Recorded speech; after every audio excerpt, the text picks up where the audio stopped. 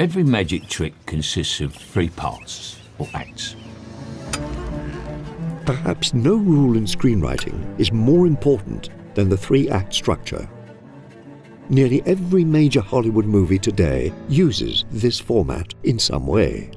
Formulas work. Let's stick with the formulas. I like formulas.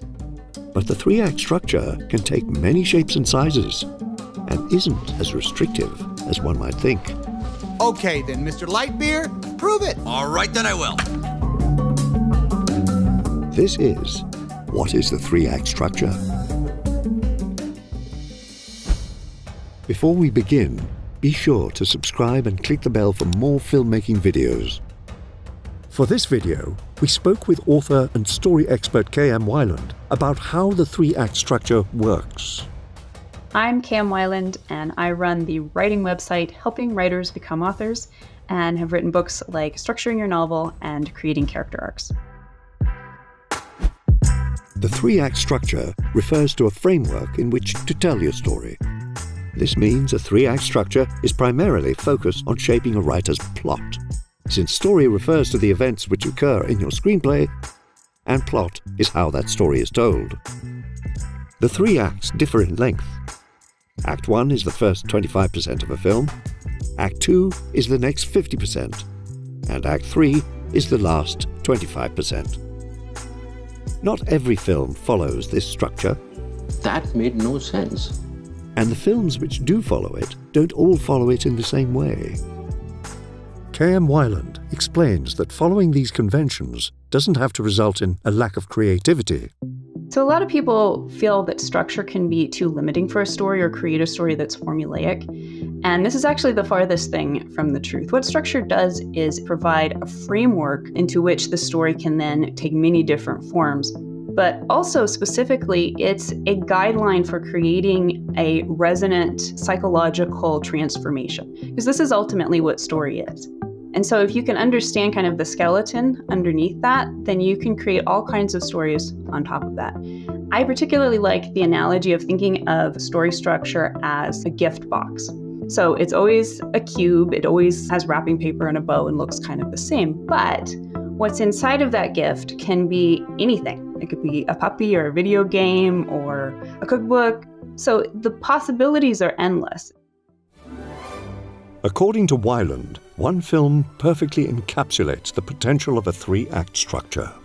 Jurassic Park is, in my opinion, a masterpiece of structure. And one of the reasons for that is because of how well it balances plot and character. So when we think of this movie, we generally think of like a really full-on intense action movie. But in fact, there's basically no action until the midpoint in this story. It's all character up to that point.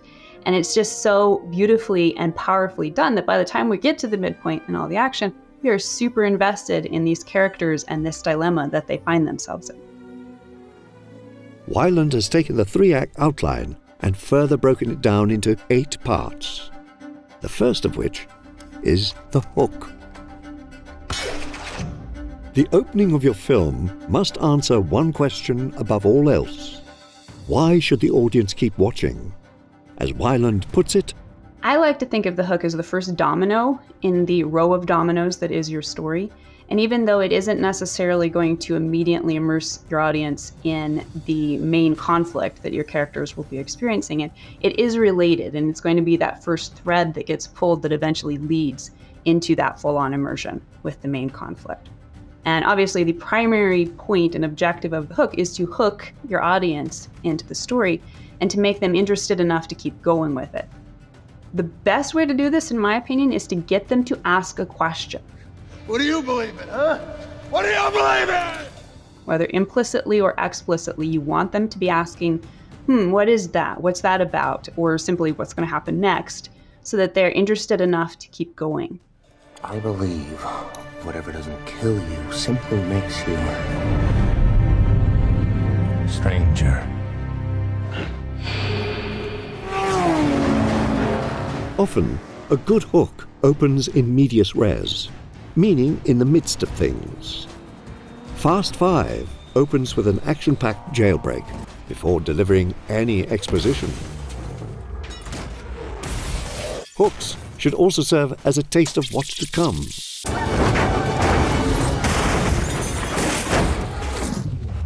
By the end of your film's hook, the audience may still have questions, but they know enough that they are invested. Steven Spielberg's Jurassic Park has a thrilling hook which is filled with mystery. The scene begins in medias res. First, we aren't sure what the army of workers are anticipating. And once we see the container, we're wondering what's inside it. And particularly because they don't show us what's in the cage, there's this hook, there's this question that the film gets us to ask as viewers, which is, what is that? What's going on? I mean, we know it's a dinosaur because we saw the movie poster and we saw the trailer, but the very fact that they're not showing us the dinosaur, on top of the fact that we have all of this drama and suspense, and finally the guy getting eaten, is a fantastic hook. Shoot her! Shoot her!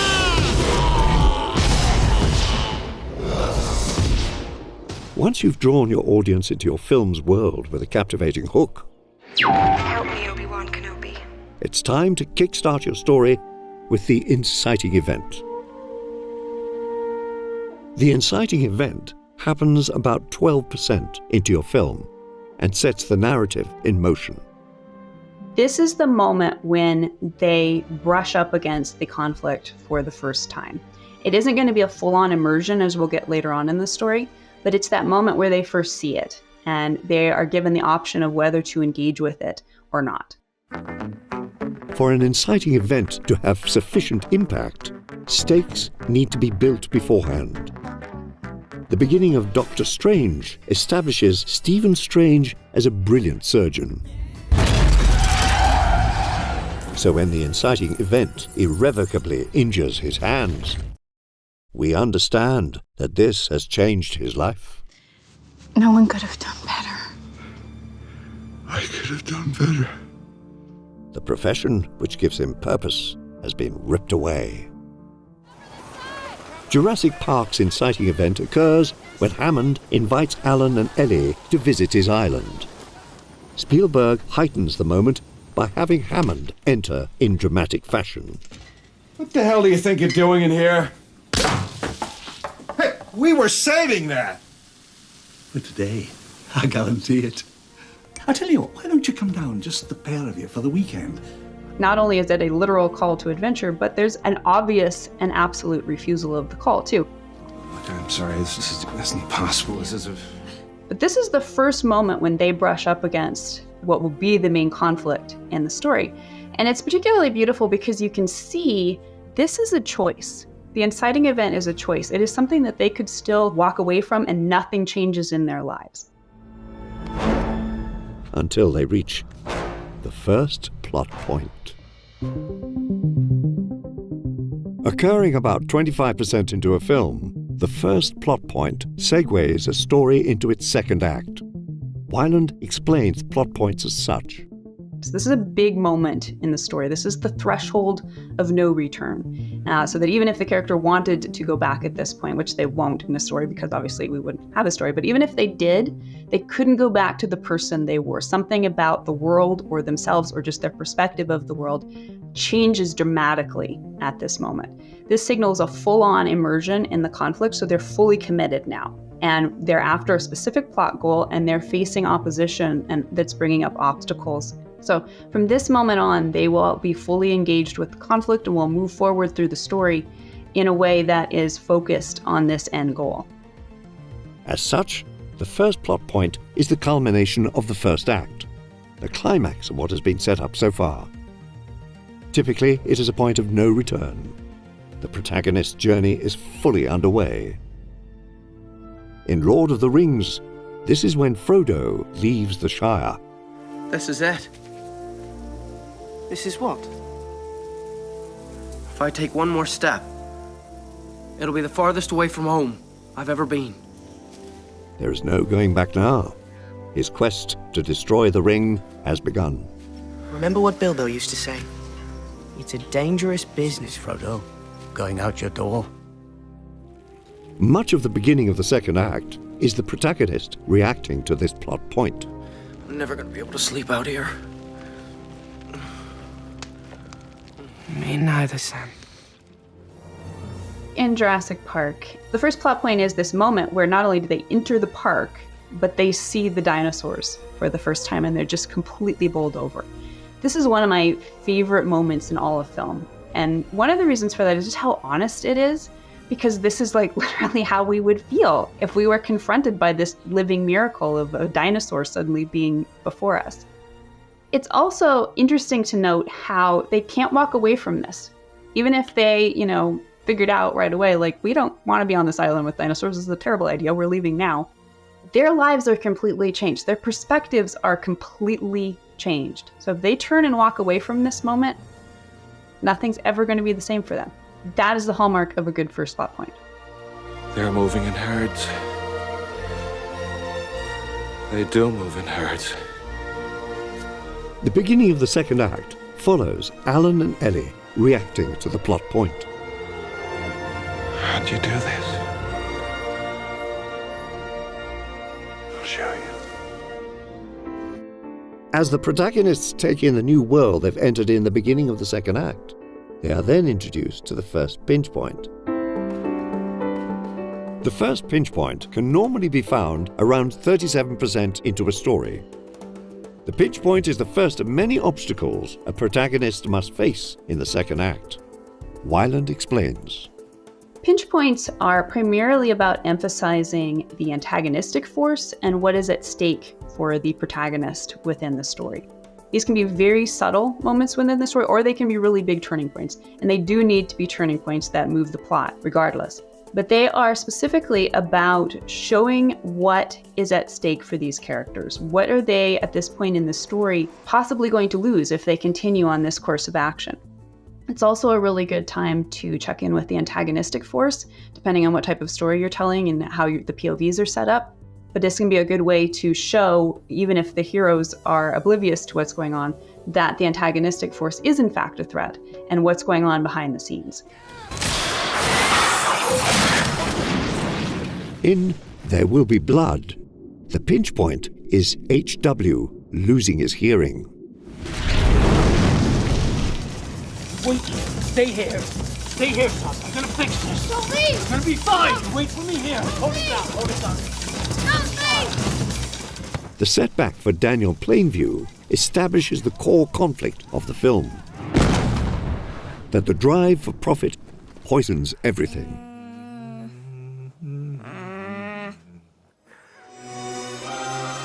The first pinch point often directly sets up the coming midpoint. In Aladdin, the first pinch point is when Aladdin obtains the lamp, which allows for the midpoint, the reveal of the genie.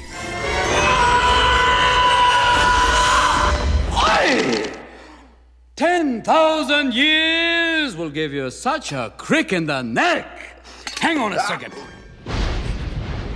In Jurassic Park, the first pinch point comes when the tour is cut short by an impending storm. This hints at the true conflict between man and nature. There's nothing I can do. The captain says we gotta go. We gotta go. So this is basically just a very small, quiet conversation moment between Hammond and Mr. Arnold down in the control center, in which they're concerned about this tropical storm that's coming in. And this is great because not only is this storm something that immediately causes the plot to turn here when they decide to cancel the tour and bring the Jeeps back in, but it is also what is going to create the catastrophe, therefore foreshadowing and setting up what happens at the midpoint. You know, if it's all right, I'd like to stay with Dr. Harding and finish up with the trike. If, Sure, I'm in a gas-powered Jeep. I can drop her at the visitor center before I make the boat with the others. Great. Then I'll catch up with you if you want to go on. You sure? Yeah, I'm going to stay with her a little longer.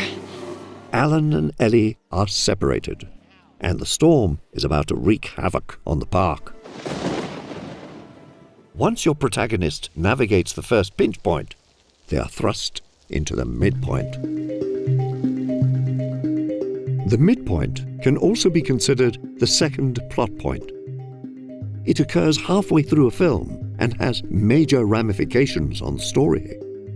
As Weiland puts it, So this is a big moment in any story, and everything that has led up to this is then going to turn and lead in a different direction heading toward the climax. In character arc terms, I always refer to this midpoint as the moment of truth, because this is a moment where the character's perspective on many things, but particularly the plot conflict, completely changes. Up to this point, they've been in maybe a sort of reactive phase, just simply in the fact that they're trying to find their feet. They're trying to understand where they're at within this new world, this new perspective that they find themselves in within the conflict. The midpoint shows them what they're really up against, both within and without. And from that point on, using this information, even if the stakes are rising and the odds are stacking against them, now they are able to understand where they are within the scope of the conflict better, and are therefore able to turn into a more active, proactive mode as they move through the conflict. Jurassic Park boasts one of the most iconic midpoints in cinematic history. The T-Rex escape. Weiland notes, the story up until this point has been focused on character, but at this point everything changes, and when the T-Rex bursts out, we suddenly come face to face with what this conflict has really been about all along. So up until this point in the story, the characters have been relatively reactive. The scientists have all been opposed to what's going on in the park, but they haven't been in like an active resistance mode. But after this point, they don't have a choice, and they have to full on go into proactive survival mode and oppose this antagonistic force of the dinosaurs that's coming at them.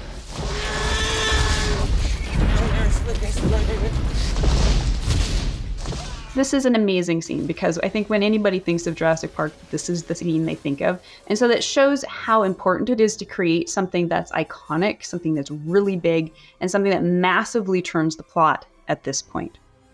Spielberg pulls out all the stops to establish the importance of the moment, which alters the direction of the plot. Whereas the first half of the second act follows the team exploring the island, the second half follows them trying to escape death by dinosaur. I want to go now. Just look how it eats. Please. I bet you never look at birds the same way again. Yes. Go now. The midpoint also challenges Grant's worldview. Grant has firmly established he doesn't like kids. Kids. You want to have one of those? And with the T-Rex's escape, he is now forced to care for two of them. The midpoint then takes us to the second pinch point. Oh, nice boy.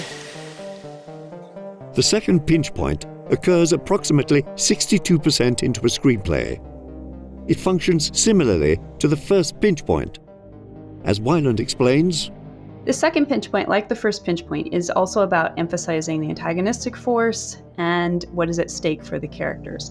And particularly, it's about setting up what's going to happen at the third plot point, which will be a false victory followed by a low moment. So this is a moment when the stakes are higher than ever, and it's a chance to emphasize what the characters really stand to lose if they continue down this path and are willing to risk it all once they enter the third act. In Iron Man, the second pinch point lays the groundwork for the next plot beat. When were these taken? Yesterday. I didn't approve any shipment. Well, your company did. Well, I'm not my company. Tony realizes Obadiah has pushed him out of the company's executive board and is continuing to sell missiles. Who do you think locked you out? I was the one who filed the injunction against you. It's the only way I can protect you. This betrayal sets up the showdown between the two characters. Jurassic Park's second pinch point is Nedry's sticky death. Oh, nice boy. Oh, nice boy. Weiland notes, Dennis Nedry, even though he's a bad guy, has pretty much been a supporting character, a minor character throughout the story. And yet his death is very significant. So we have this scene in which he's trying to escape, and he doesn't make it, and the dinosaurs kill him. So not only is this wonderful foreshadowing of what is at stake for everybody else in the story, but it's also important in that without Dennis Nedry, Mr. Arnold and John Hammond have no hopes of getting the park back online. I can't get Jurassic Park back online without Dennis Nedry. So when Nedry dies in this horrific way, even though it's a subtle moment about a supporting character, it's thematically perfect, and it completely amps everything up as we funnel into the third act. You've got to pump up the primer handle in order to get the charge. It's large, flat, and grey. All right, here I go, okay? This brings us to the third plot point. 2, 3. The third plot point ushers the story into its final act, usually occurring 3/4 into a film. Weiland defines the moment as such. I refer to this beat as false victory, followed by the low moment, but you may also hear it called Dark Night of the Soul or Death Rebirth. And this is a moment where the character takes everything they've learned in the second act and throws all their resources at their plot goal, at the antagonistic force, and trying to overcome those last obstacles, and reaches this false victory. And I call it false, but this doesn't necessarily mean that it isn't effective or that the character doesn't in fact experience some sort of a win here. What it does mean is that the cost is higher than they counted on, and that the victory isn't the final push that's necessary to actually get through.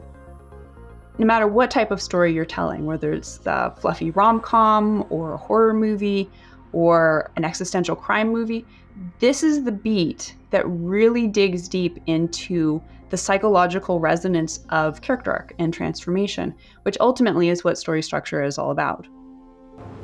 The third plot point can also often be a character's darkest hour. In Mad Max: Fury Road, this is when Furiosa discovers the green place has been destroyed by contamination. The soil. We had to get out. We had no water, and the water was filth. It was poisoned. It was sour. And then the crows came. Considering she's been searching for the green place the entire film, this is a devastating blow.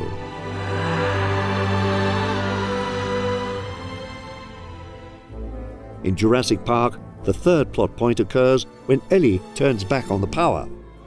Push it. We have this perfect illustration of the two-sided beat of the false victory and the low moment. Not only does this have immediate consequences for Alan and the kids, which is a great way to tie in and show the effect of her actions when the fence turns back on and Timmy is electrocuted, but she herself is immediately faced by the true antagonists in this story, which are the very intelligent raptors. So just completely driving home what they're really up against in this story at this point. No, Tim! Good boy. Good boy. Good boy. With this plot point putting the third act in motion, it's finally time for the climax. The climax, occurring within the final 10% of the film, is the ultimate culmination of the story so far. Weiland explains. Now, in some stories, it can seem like the climax takes place throughout the entirety of the third act, and it is usually a ramping of intensity or tension in some way from the third plot point on. Regardless, there is always going to be this final turning point into the climax proper, which creates this final confrontation between protagonist and antagonistic force. So even if, say, you've had a major battle going on from the third plot point on, this is the moment where we turn that corner and the protagonist and the antagonist go mano a mano and just have that personal confrontation to decide the conflict. So the most important thing to understand about the climax is that it's going to funnel into this climactic moment, which is the deciding moment in the entire story, which decides whether or not the protagonist will gain or lose the plot goal. As such, the moment should fulfill your character's arc. Sarah Connor's climactic battle with the Terminator completes her transformation from unassuming citizen to the hero of human civilization.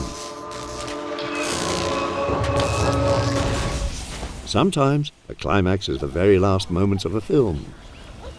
But more commonly, there is a resolution which allows for the events of the climax to sink in. In Forrest Gump, Jenny's death is the climax. But the film ends showing Forrest taking care of their child, infusing some happiness into an otherwise glum ending. I want to tell you I love you. I love you too, Daddy.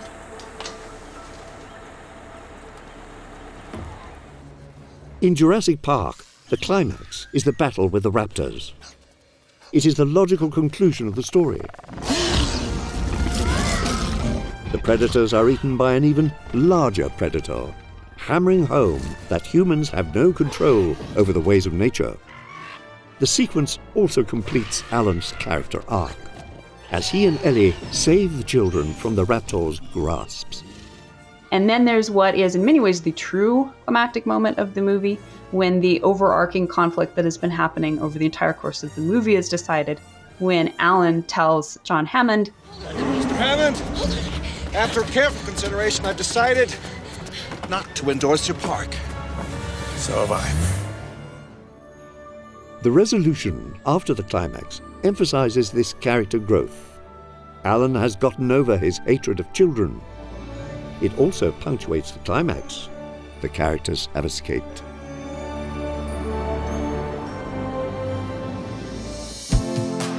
As you can see, many Hollywood films can be broken down into a specific story outline. But this doesn't mean they lack originality. These films work because they contain fully realized worlds and great characters. Not just because they follow the rules of structure. As Weiland puts it, what it does is provide a framework on top of which you can build anything. It's just the bones on top of which you can create many different types of characters. For the full K.M. Weiland interview, check the description for a link to our Studiobinder Academy channel, where you can find the long-form content and product tutorials. Does all this talk of structure make you want to get writing? Start your next great film with Studiobinder's screenwriting software. And don't forget to subscribe and enable notifications to catch all of Studiobinder's filmmaking analysis. That's all for now. And remember, when it comes to writing, just take it one story beat at a time.